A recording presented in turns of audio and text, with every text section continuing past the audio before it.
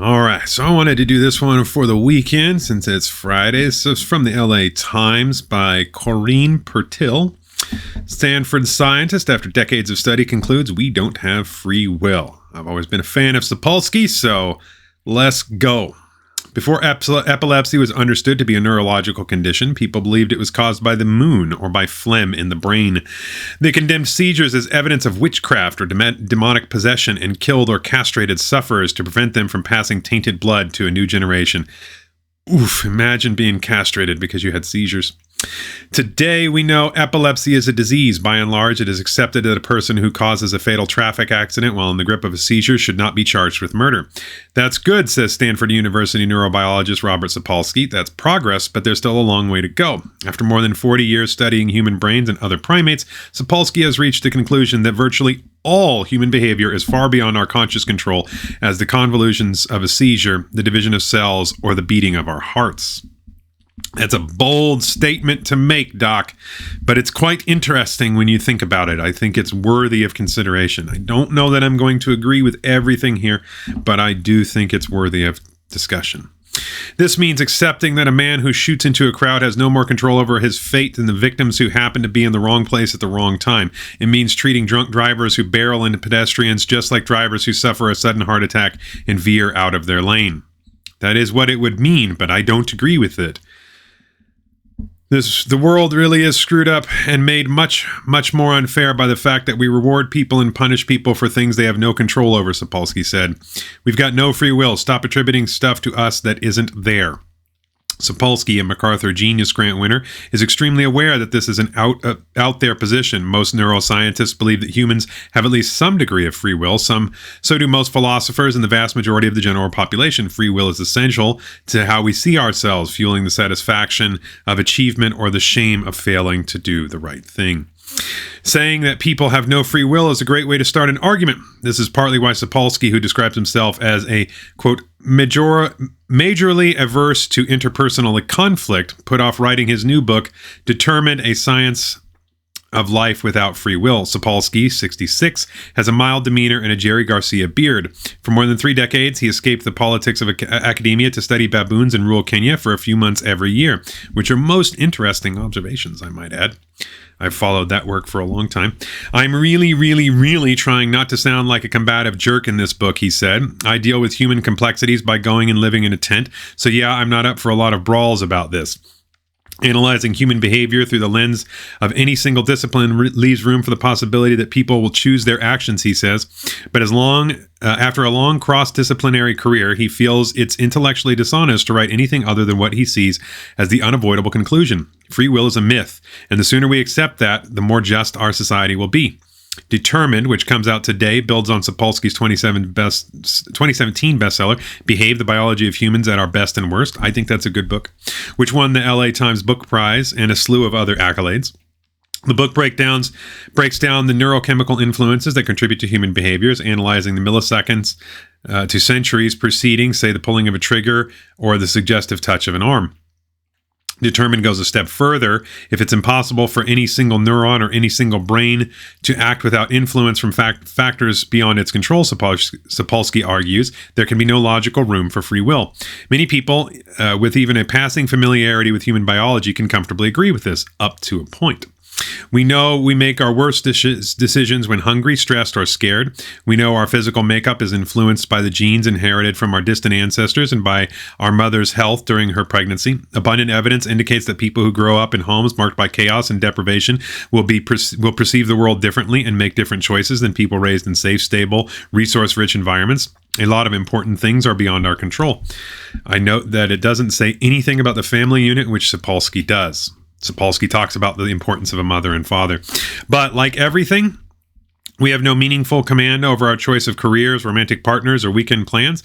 If you reach out right now and pick up a pen, was even that insignificant action somehow preordained? Yes, Sapolsky says, both in the book and to the countless students who have asked the same question during his office hours. What the student experiences as a decision to grab the pen is preceded by a jumbling of competing impulses beyond his or her conscious control. Maybe their peak is heightened because they skipped lunch. Maybe they're subconsciously triggered by the professor's resemblance to an irritating relative. Then look at the forces that brought them to the professor's office, feeling empowered to challenge a point. They're more likely to have had parents who themselves were college educated, more likely to hail from an individualistic culture rather than a collective one. All of these influences subtly nudge behavior in predictable ways.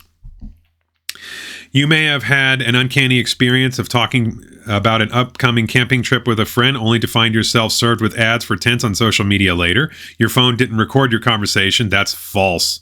Even if that's what you feel like, it's just that the collective record of your likes, clicks, searches, and shares paints such a detailed picture of your preferences and decision-making patterns that algorithms can predict, often with unsettling accuracy, what you are going to do. I'm sorry, no, that's flat out wrong. Your phone absolutely spies on you, so does your TV and anything else with a microphone. This has been well documented by both Snowden and others. That is a false statement right there. Something similar happens when you reach for that pen, Sapolsky says. So many factors beyond your conscious awareness brought you to that pen, it's hard to say how much you chose to pick it up at all. Sapolsky was raised in an Orthodox Jewish household in Brooklyn, the son of immigrants from the former Soviet Union. Biology came to him early. By grade school, he was writing fan letters to primatologists and lingering in front of the taxidermied gorillas at the American Museum of National History, but religion shaped life at home. That all changed on a single night in his early teens, he says. While grappling with questions of faith and identity, he was struck by an epiphany that kept him awake until dawn and reshaped his future. God is not real, there is no free will, and we primates are pretty much on our own. That was kind of a big day, he said with a chuckle, and it's been tumultuous since then. Skeptics could seize on this to rebut his arguments. If we aren't free to choose our own actions or beliefs, how does a boy from a deeply religious conservative home become a self-professed liberal atheist? Change is always possible, he argues, but it comes from external stimuli. Sea slugs can learn to reflexively retreat from an electrical shock through the same biochemical pathways. Humans are changed by exposure to external events in ways we rarely see coming. Imagine, he offers, a group of friends that goes to see a biopic about an inspiring activist. One applies the next day to join the Peace Corps. One is struck by the beautiful cinematography and signs up for a filmmaking course. The rest are annoyed that they didn't see a Marvel film. All of these friends were primed to respond as they did when they sat down and watched. Maybe one had a heightened adrenaline from a close call with another car on the drive over. Maybe one was in a new relationship and awash in oxytocin, the so-called love hormone. They had different levels of dopamine and serotonin in their brains, different cultural backgrounds, different sensitivities to sensory distractions in the theater. None chose how the stimulus of the film would affect them any more than a sea slug decided to wince in response to a jolt. For fellow adherents of determinism, the belief that it's impossible for a person in any situation to have acted differently than they did, Sapolsky's scientific defense of the cause is welcome. Quote, who we are and what we do is ultimately the result of factors beyond our control, and beyond this, we are not ever morally responsible for our actions in the sense that would make us truly deserving of praise and blame, punishment and reward, said Greg Caruso, a philosopher at the SYNY Corning, who reads early drafts of the book. I am in agreement with Sapolsky that life without belief in free will is not only possible, but preferable. Caruso is the director of Justice Without Retribution Network, which advocates for an approach to criminal activity that prioritizes preventing future harm rather than assigning blame. Focusing on the causes of violent or antisocial behavior instead of fulfilling a desire for punishment, he said, will allow us to adopt more humane and effective practices and policies. That might be true, but the desire for punishment isn't going away. People feel genuinely upset when they're wronged. Theirs is exceedingly a minority point. Sapolsky is a wonderful explainer of complex phenomenon, said Peter Utise, a Dartmouth neuroscientist and the author of the 2013 book, The Neural Basis of Free Will. However, a person can be both brilliant and utterly wrong. Neural activity is highly variable, Tease said, with identical inputs often resulting in non-identical responses in individuals and populations. It's more accurate to think of those inputs as imposing parameters rather than determining specific outcomes. Even if the range of potential outcomes is limited, there's simply too much variability at play to think of our behavior as predetermined. What's more, he said, it's harmful to do so. I agree with that. Those who push the idea that we are nothing but deterministic biochemical puppets are responsible for enhancing psychological suffering and hopelessness in this world, he said. Even those who believe biology limits our choices are wary of how openly we should embrace that. Sam Smilansky, a philosopher at the University of Haifa in Israel and author of the book Free Will and Illusion, rejects the idea that we can will ourselves to transcend all genetic and environmental constraints, but if we want to live in a society, we have to believe that we can. Losing all belief in free will and moral responsibility would likely be catastrophic, he said, and encouraging people to do so is dangerous and even irresponsible. A widely cited 2008 study found that people who read passages dismissing the idea of free will were more likely to cheat on a subsequent test. Other studies have found that people who feel less control over their actions care less about making mistakes in their work, and that disbelief in free will leads to more aggression and less helpfulness. Sapolsky discusses such concerns in his book, ultimately concluding that the effects seen in such experiments are too small and their lack of reproducibility too great to support the idea that civilization will crumble if we think we can't control our fates. The more compelling critique, he says, is eloquently articulated in the short story What's Expected of Us by speculative fiction writer Ted Chiang. The narrator describes a new technology that convinces users their choices are predetermined, a discovery that saps them of their will to live. It is essential that you behave as if your decisions matter, the narrator warns, even though you know they don't. The greatest risk of abandoning free will, Sapolsky concedes, isn't that we will want to do bad things, it's that without a sense of personal agency, we won't want to do anything. It may be dangerous to tell people they don't have free will, Sapolsky said. The vast majority of the time, I really think it's a hell of a lot more humane. Sapolsky knows he won't persuade most of his readers. It's hard to convince people who have been harmed that perpetrators deserve less blame because of their history of poverty. It's even harder to convince the well-off that their accomplishments deserve less praise because of their history of privilege. And what about all the poor people that aren't criminals and all of the well-to-do people who worked hard to get there? I mean, not every rich person got there through privilege. Some of them genuinely did work their way from rags to riches. That actually does happen.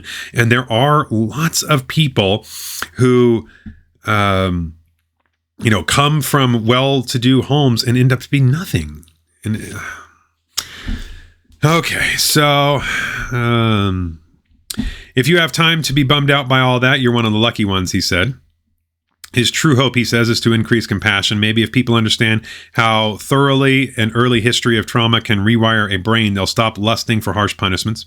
Maybe if someone realizes that they have a brain condition like depression or ADHD, they'll stop hating themselves for struggling with tasks that seem easier for others. That's something I think could be quite beneficial. I think that's where Sapolsky's research is really helpful, is for people that suffer those kind of conditions.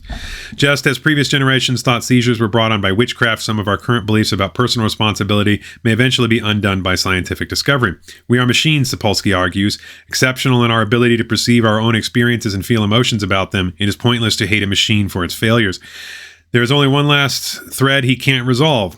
It's logically indefensible, ludicrous, meaningless to believe that something good can happen to a machine, he writes. Nonetheless, I am certain that it is good if people feel less pain and more happiness.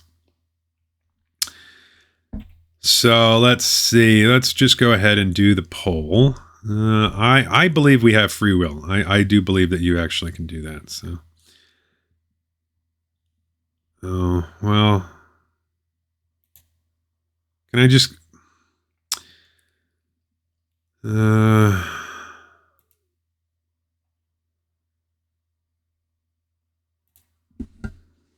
see, come on, just give me the answer to the thing.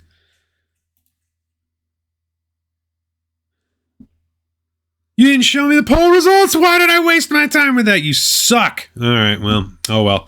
It's what it is. I'm not going to worry about it. So, again, I think it's a really interesting idea. I do believe that you are responsible for your decisions, but I think Sapolsky is onto something. I do agree with him that a lot of the things that we do are somewhat predetermined by forces that we do not necessarily understand. And there is truth that algorithms know a lot more about us than we understand, and that's something worthy of consideration as well. And I'm done now because I'm going to hunt this fly down and kill him.